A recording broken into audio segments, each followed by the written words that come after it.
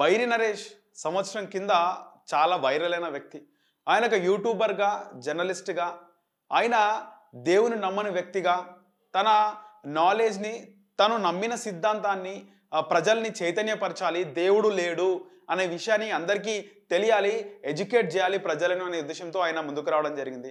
ఆ మధ్యలో ఒక సభలో అయ్యప్ప స్వామి పైన పాట పాడి అయ్యప్ప స్వామిని కించపరిచినట్టుగా ఆయన మాట్లాడిన వ్యాఖ్యలకు చాలా నిరసనలు, వందల పోలీస్ స్టేషన్‌లో కేసులు, పదుల సంఖ్యలో ఎఫ్ఐఆర్‌లు, అలాగే ఆయన జైలుకు వెళ్ళడం, బయటికి రావడం, భార్య పిల్లలకు దూరం అవ్వడం ఇవన్నీ కూడా జరిగిపోయాయి.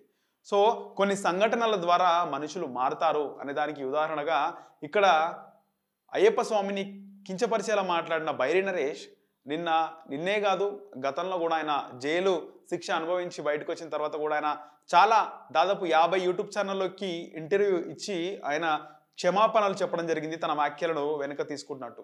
నిన్న జనవరి 1 ఆయన ములుగు జిల్లాలోని ఏటూరు నాగారంలో ఒక కార్యక్రమానికి హాజరయ్యారు. దానికి సంబంధించి ఆయన సభలో మాట్లాడుతుండగా అయ్యప్ప భక్తులు కొంతమంది రావడం జరిగింది.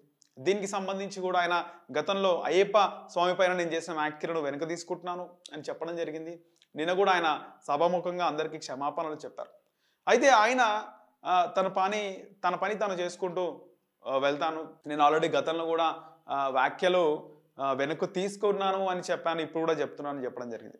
అయితే ఇంకో విషయం కూడా బయటకు వెళ్ళింది. ఆయన ఏమంటున్నారంటే ఎస్సీ ఎస్టీలు, మాలలు, మాదిగలు, ముదిరాజులు, మున్నూరు కాపులు, సాకలి, మంగలి అందరూ కూడా ఎస్సీ ఎస్టీ బీసీలు పూజలు పక్కన పెడితే చనిపోయినప్పుడు ఏదైతే కార్యం చేస్తామో అది బ్రాహ్మణుల్లాగా చేయండి అని చెప్తున్నాడు.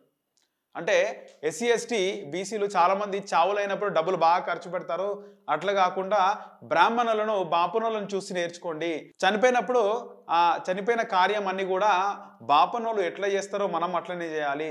వాళ్ళు కేవలం సింపుల్గా చేస్తారు, ఆ తర్వాత నెక్స్ట్ డే నుంచి వాళ్ళ పని వాళ్ళు చూసుకుంటారు.